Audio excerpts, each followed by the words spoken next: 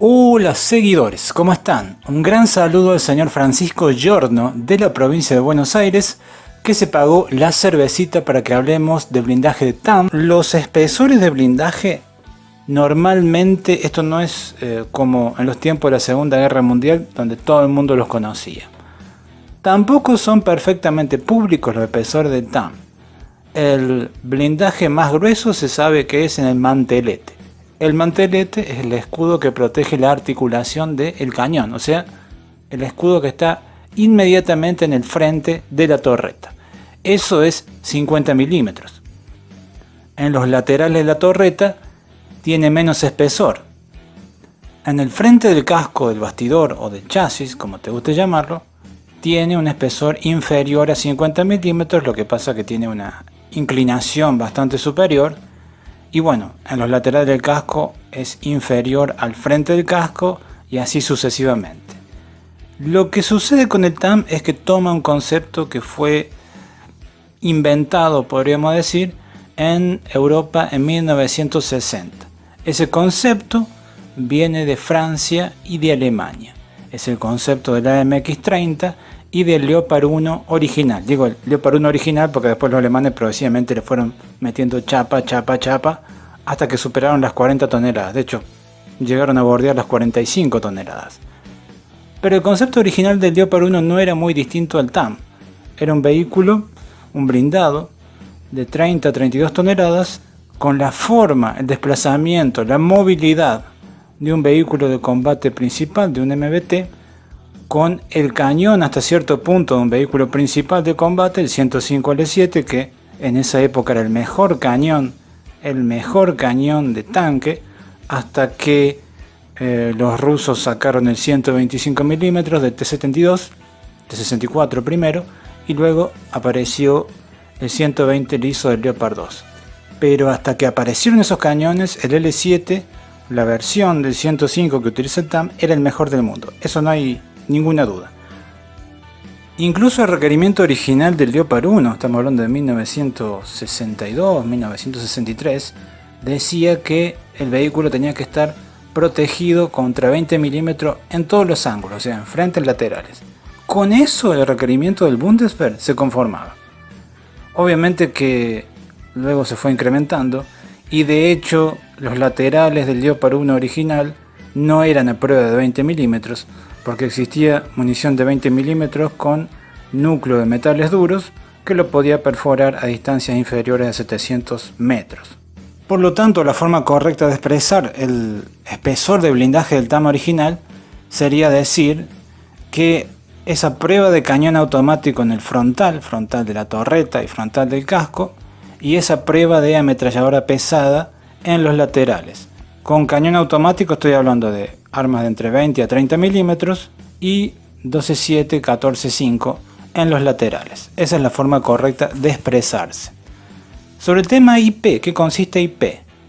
El paquete IP está diseñado por una empresa israelí y son básicamente pequeños contenedores que se adosan como ladrillos, se atornillan en realidad, no se pegan, se atornillan al casco del TAM. Son bastante más livianos de lo que uno pudiera pensar, porque si uno ve esos paquetes que tienen aproximadamente 40 o 45 milímetros de espesor, se trata en realidad de cajas que tienen realmente un espesor de entre 9 y 10 milímetros de acero cementado y plegado. Estoy diciendo mal, acero plegado y cementado, porque plegar una cosa cementada es bastante difícil, medio que no se puede. Como está cementado, como es un acero cromo cementado, por sí solos incrementan la protección. Si nos protegemos mejor de fragmentos de artillería y ametralladora pesada. Pero están hechos para que ahí se contenga algo. Puede ser un blindaje durocerámico o puede ser un blindaje reactivo. O sea, un blindaje que reacciona cuando lo golpea una carga explosiva o una carga hueca. Típicamente un proyectil de infantería, o el RPG-7, o un misil lanzado desde infantería, desde una posición de infantería, como un TOW, un Milan, un Cornet, cosas así. En teoría lo más lógico sería colocarle blindaje reactivo porque digamos que las amenazas más comunes en el campo de batalla para el tanque actualmente y desde hace varios años, son las cargas huecas. El enemigo va a intentar destruirme, no tanto con cañones antitanques, sino más bien con cargas huecas. Y el prototipo que existe del TAM-IP, se utilizó para evaluar, ¿no?, la movilidad, el peso. Eso incrementa el peso del TAM entre 4 a 7,5, 8 toneladas en la configuración más protegida, más protegida estoy hablando mal, en la configuración en la cual los ladrillos sean más pesados. 8 toneladas más hacemos que nuestro vehículo pese 41 toneladas. No es algo con lo que la suspensión del TAM no pueda lidiar. Perdemos evidentemente algunos kilómetros por hora. La velocidad máxima deja de ser 70 o 72 kilómetros por hora y pasa a ser más bien 60 kilómetros por hora. Y bueno, esa es la configuración que se evaluó. El TAM-IP todavía existe. Y digamos que los dos prototipos se pusieron lado a lado. El ejército evaluó el vehículo con sistemas mejorados, los sistemas hidráulicos y eléctricos y electrónicos sobre todo mejorados, que vendría a ser el TAM-2C y luego el 2CA2, contra el TAM-IP, que el TAM-IP mantenía toda la electrónica de la década del 80, pero con blindaje adicional. Y llegó a la conclusión que lo mejor era el sistema 2C y luego el 2CA2, porque interpretó al ejército argentino que si el tanque disparaba antes que el enemigo, tenía tanta supervivencia como un tanque con blindaje incrementado. Obviamente que también tenía que elegir porque no había dinero para hacer las dos modernizaciones. Ante la pregunta si se va a hacer una versión IP del TAM-2C, parece poco probable por ahora, porque lo que se quiere es modernizar toda la mayor cantidad posible de TAM a modelo 2C.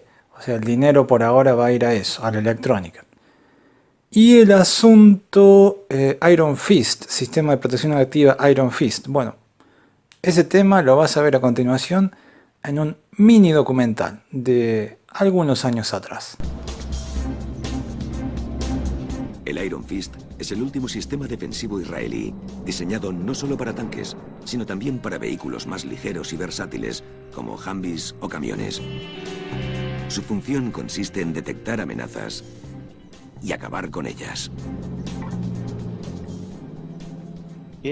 Puede que no parezca más peligroso que, digamos, un lanzapelotas de tenis, pero creo que eso es lo mejor de todo. Tras 30 años en desarrollo, este sistema es capaz de proteger vehículos militares y otros activos sensibles. Para proteger un vehículo se le puede añadir mucho peso, pero lo que hay que hacer es pensar de forma innovadora. Creo que para resistir todo el espectro de amenazas, sobre todo las de los tanques, un tanque debería pesar alrededor de 200 toneladas. Y eso es imposible. No hay puente ni carretera adaptada para semejante vehículo. Un vehículo tiene que ser más pequeño, mucho más versátil y capaz de desempeñar sus funciones.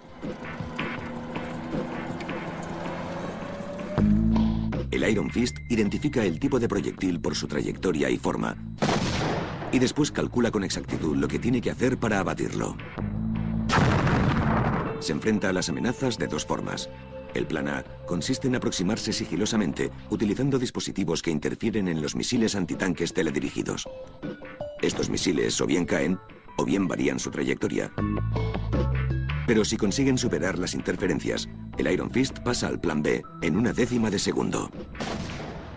Nos dimos cuenta de que había muchos tipos de misiles diferentes y que resultaba prácticamente imposible contar con tantos dispositivos que produjesen interferencias y otros mecanismos.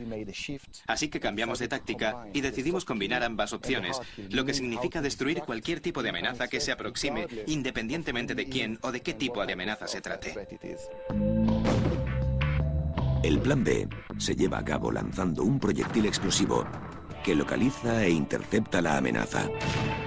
Si se trata de una granada propulsada o un proyectil de tanque, el sistema pasa directamente a la segunda opción. Lanza un interceptor que localiza la amenaza que se aproxima. Pero no se trata de un golpe directo. El proyectil estalla y emite una onda expansiva que sepulta la amenaza y la destruye. Lo hace sin detonar la ojiva. Simplemente explota en el aire, lo que minimiza los daños colaterales. La idea del sistema es, por supuesto, acabar con la amenaza que se aproxima. Pero en realidad, lo hacemos sin entrar en contacto físico con ella.